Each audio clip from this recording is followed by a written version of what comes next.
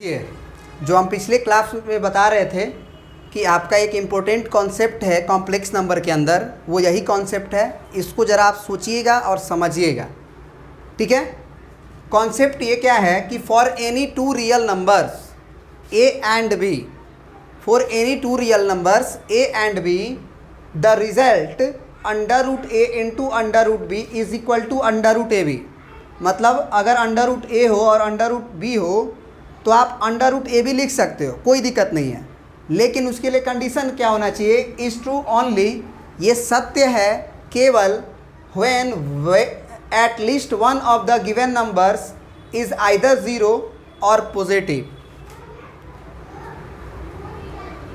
है ना। At least of one of the numbers either zero और पॉजिटिव, ये तभी सही है या तो दोनों में से कोई भी, दोनों अगर नेगेटिव हो जाएगा तो गलत है, अगर एक ज़ीरो हो जाए तो भी ठीक है, ये सही है। दोनों अगर नेगेटिव होगा तो सही नहीं है। बस इतना याद रखो। क्या याद रखना है? ये पूरा कहानी का क्या मतलब है कि अगर अंडर रूट ए और अंडर रूट बी हो तो दोनों का दोनों अगर नेगेटिव हो जाएगा तो इस तरह से लिखना गलत है। दोनों का दोनों या तो पॉजिटिव हो या दोनों में से एक ठो ज़ीरो हो जाए, नहीं तो दोनों में से एक ठो पॉजिटिव हो एक ठो नेगेटिव हो। दोनों का दोनों नेगेटिव होगा तो ये लिखना इस तरह से गलत है। फॉर एग्ज़ाम्पल हमने तुम्हें दिया under root -3 into under root -5, इसे तुम ऐसे लिख दो कि अंडर रूट -3 और गुना अंडर रूट -5, ऐसे लिख दो। फिर कहो कि माइनस माइनस तो प्लस हो जाएगा, माइनस माइनस तो प्लस हो जाएगा, तो ये अंडर रूट 5 या 15 हो गया, तो ये आंसर हो गया। अंडर रूट 15 इसका आंसर हो गया। ये गलत है, दिस इज रॉन्ग। तो सही क्या है? तो आपको बताया गया है कि under root -3 into under root -5 रहता है, तो आपको बताया गया है कि अंडर रूट -3 को आप क्या लिख सकते हो? अंडर रूट 3 आयोटा, और अंडर रूट -5 को क्या लिख सकते हो? अंडर रूट 5 आयोटा, और अंडर रूट 3 अंडर रूट 5 को एक साथ कर लो, अंडर रूट 15 हो जाएगा, और आयोटा आयोटा का गुना करके आयोटा स्क्वायर लिख लो। अब यानी कि आपका आयोटा का स्क्वायर -1 होता है, आपको मालूम है। तो ये फाइनली आपका आंसर आ गया -√15। तो ये सही है। आप दोनों अगर नेगेटिव रहेगा तो दोनों को हम अंडर रूट में नहीं लिख सकते हैं। बात समझ में आ गया?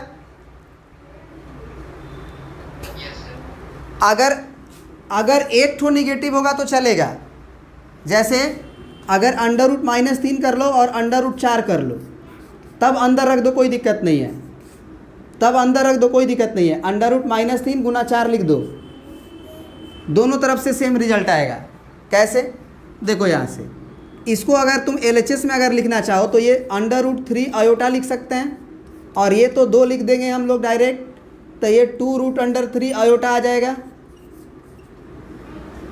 RHS में देखो, ये 4 तिया के 12, अंडर रूट 12 हुआ। या फिर एक काम करो ना, 4 से तो बाहर आ ही जाएगा 2, और ये जो अंडर रूट -3 बचेगा उसको हम लोग अंडर रूट 3 अंडर रूट -1 को आयोटा लिख ही सकते हैं। तो ये तो सही है ना। क्यों सही हुआ? क्योंकि दोनों में से एक ही निगेटिव था, एक वो पॉजिटिव था। अगर दोनों में से एक वो जीरो हो जाएगा तो और अच्छा लगेगा आपको, क्योंकि अगर ये जीरो हो जाएगा तो 0 गुना 10 0, 0 गुना 10 0। लेकिन अगर दोनों नेगेटिव होगा तो इस तरह से करना गलत है। माने under root A under root B को हम अंडर रूट ए बी तभी लिख सकते हैं या तो दोनों पॉजिटिव हो, या दोनों का दोनों दोनों में से एक वो जीरो हो, दोनों में से एक वो जीरो हो, या दोनों में से कम एक वो पॉजिटिव होना चाहिए। कम से कम एक वो पॉजिटिव का मतलब,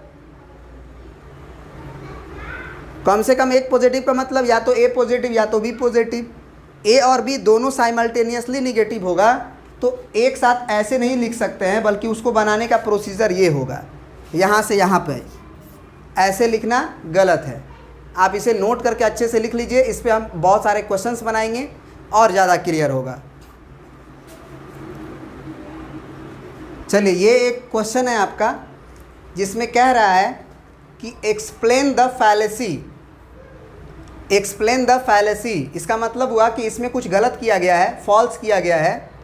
उस फॉल्स जो चीज़ किया गया है, मतलब जो गलत स्टेप्स किया गया है, उसको आप एक्सप्लेन करो। क्या है इसको देखो। सबसे पहले अंडर रूट -1 है, इसको इन्होंने लिखा आयोटा का स्क्वायर, और आयोटा का स्क्वायर -1 होता है, आपको मालूम है ना, मालूम। अब देखिए, तो आयोटा का स्क्वायर -1 आपको मालूम है। अब ये आयोटा को 2 बार लिख दिए। अब इस आयोटा को हम अंडर रूट -1 लिख दिए, इस आयोटा को भी हम अंडर रूट -1 लिख दिए।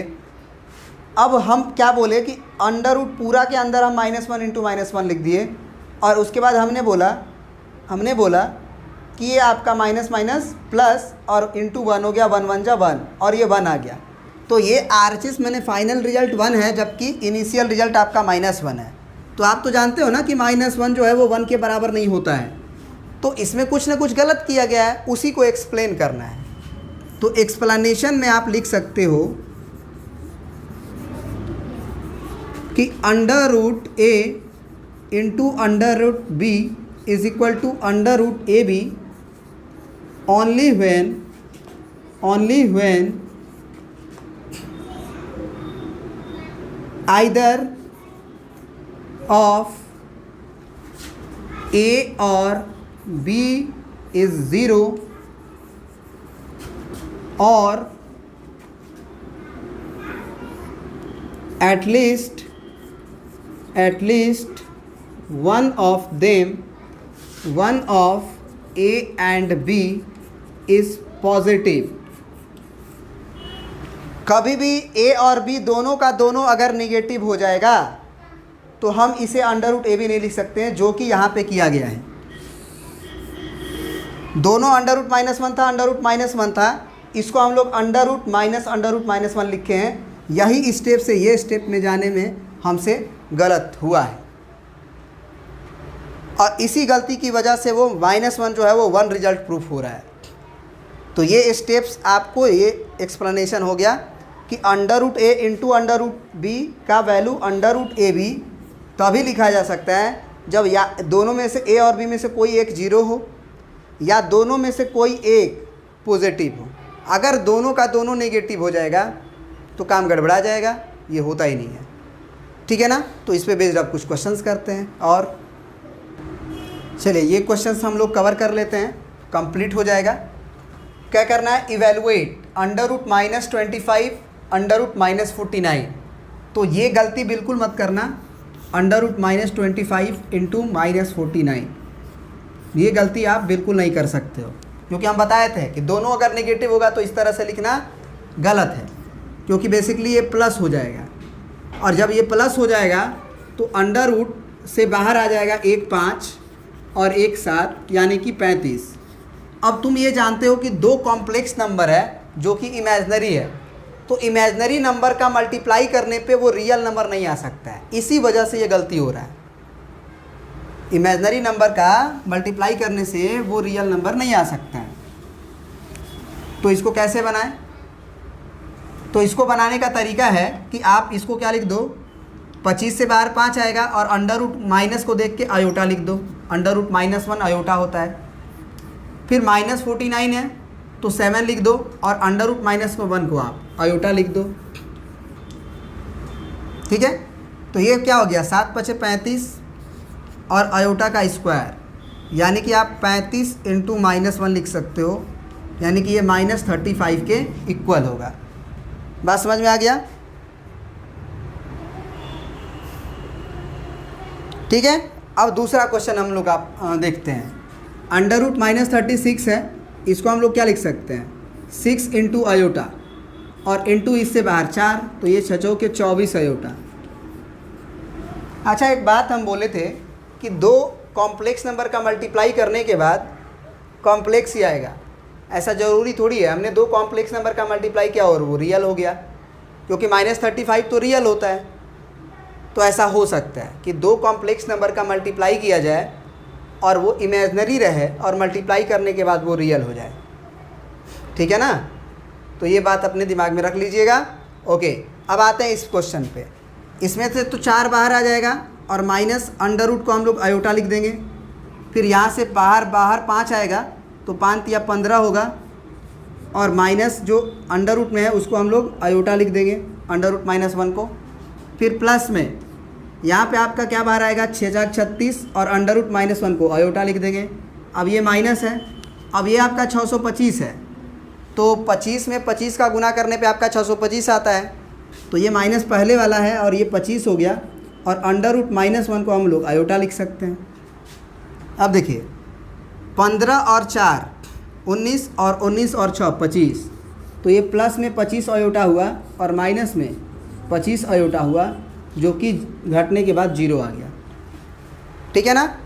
तो ये आपका आंसर है इसका, है ना। आई होप कि आप समझ गए होंगे। अब क्वेश्चंस आप जो है बना सकते हैं। RS Agarwal exercise 5A, NCERT exercise 5.1 जो भी आप बनाना चाहते हैं। ठीक है ना। नेक्स्ट एक्सरसाइज में हम लोग कुछ algebraic properties of complex number को स्टार्ट करेंगे और कंप्लीट करेंगे। ठीक है ना। इसमें इतना ही। Thank you.